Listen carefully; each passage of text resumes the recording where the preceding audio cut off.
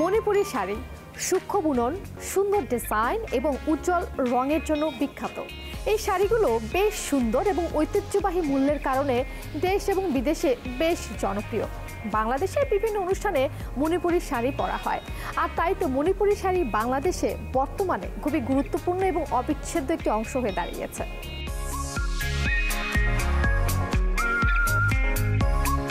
মণিপুরি শাড়িটা আমি কাজ করছি 2020 সাল থেকে। মণিপুরি শাড়ির কথা যদি আমি বলি যে শাড়িটা কেন কিনবো, প্রথম কথা হচ্ছে যে এটা আমাদের দেশীয় ঐতিহ্য।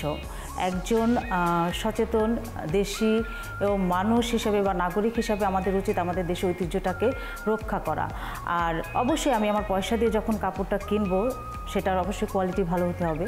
আমি যদি মণিপুরি শাড়ির কথা ধরি, এটার হচ্ছে কোয়ালিটি খুবই ভালো, যেহেতু হ্যান্ডলুমে হয় শাড়িগুলো, হাতের তাতে বোনা, এবং হচ্ছে আপনি এটা গরম বলেন শীত বলেন সবসময় আপনি পরতে পারবেন।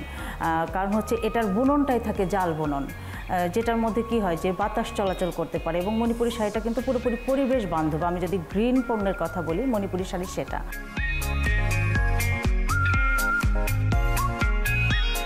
আমরা একটা পোশাক কিনলাম, আসলে আমরা এটা কতদিন ব্যবহার করতে পারবো। আমি যদি ব্যবহার বা স্থায়িত্বের কথা বলি, মণিপুরি শাড়ি কিন্তু আপনি যুগ যুগ ঘরে রেখে দিতে পারবেন। এটা না কোনো রং যাবে, না এটার কোনো কিছু নষ্ট হবে।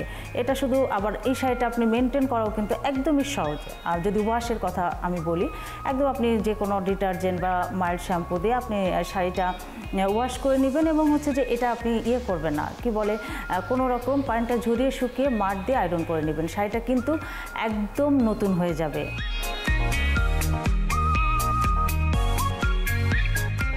আমার নিজের কাছে কিন্তু 22 বছরের পুরনো একটা মণিপুরি শাড়ি আছে, সেটা আমি কিন্তু এখনও অনেক প্রোগ্রামে পরে যাই এবং সবাই দেখে বলে যে আল্লাহ এটা এত পুরনো শাড়ি। তার মানে আপনি যদি একটা মণিপুরি শাড়ি কেনেন, ওখানে যদি আপনি 2000 টাকা বা 2500 বা 3000 টাকা ইনভেস্ট করেন, দেখবেন যে আপনার ওই শাড়িটা যুগ যুগ ধরে আপনার ঘরে একদম নতুনের মতোই থেকে যাচ্ছে।